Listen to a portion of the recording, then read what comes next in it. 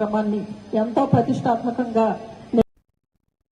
కడప జిల్లా జమ్మలమడుగు పట్టణంలో ఈ నెల 25న జరిగిన 3 తులాల బంగారం చోరీ కేసును పోలీసులు ఛేదించారు. బాధితురాలైన పద్మావతికి ఇంటి పక్కనే నివసించే ప్రభావతి ఈ దొంగతనానికి పాల్పడిందని అర్బన్ సిఐ నరేష్ బాబు తెలిపారు. నేరంలో సహకరించిన నూర్ బి చెన్నయ్యలకు కూడా అరెస్టు చేసి దొంగలించిన బంగారం సెల్ ఫోన్ కారు స్వాధీనం చేశారు. సిఐ నరేష్ బాబు ప్రజలకు అప్రమత్తంగా ఉండాలని సూచిస్తూ కేసు ఛేదించిన సిబ్బందిని అభినందించారు.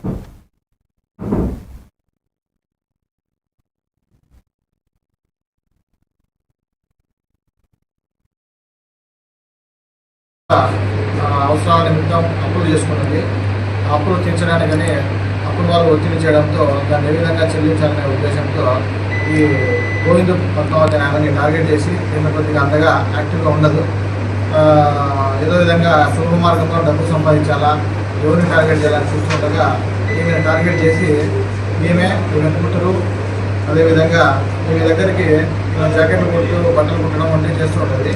కుట్టడానికి వచ్చినటువంటి నూర్బి అనే మహిళను మాట్లాడుకుని ఈ దొంగతనం వంటివి చేస్తే ఇట్లా భయపడించి కానీ ఇలా దొంగతనం చేస్తే దాంట్లో సహాయం చేస్తే మీకు కూడా కొద్ది మొత్తంలో డబ్బులు ఇస్తామని చెప్పి ఒక పథకం అందిన తర్వాత ఈ గోవింద పద్మావతి ఆమెని 25వ తారీఖున మా ఇంట్లోకి చీరలు చాలా వరకు వచ్చాయి, కొనడానికి ఏమైనా నీకు అవసరం ఉంటుందా లేదా ఆమె ఇన్ఫర్మేషన్ అనేది పంపించడం జరిగింది. ఆ ఇన్ఫర్మేషన్ మేరకు ఆమెకు అవసరం లేకుండా కూడా చీరలు చూడడానికి వస్తే ముందుగా పథకం ప్రకారం 2 మహిళలు గుర్కాలు వేసుకొని వెనక నుంచి ఆమెపై దాడి చేసి ఆమె మెడలో ఉన్నటువంటి 3 తులాల తాలూకు షాక్కి గురైపోతారు.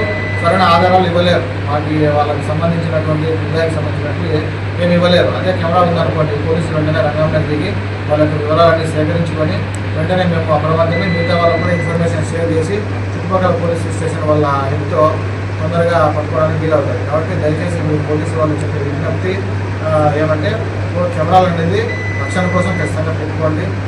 చిన్న చిన్న షాపులు అయితేనేమి, ఐసోలేటెడ్ ఇళ్ళ దగ్గర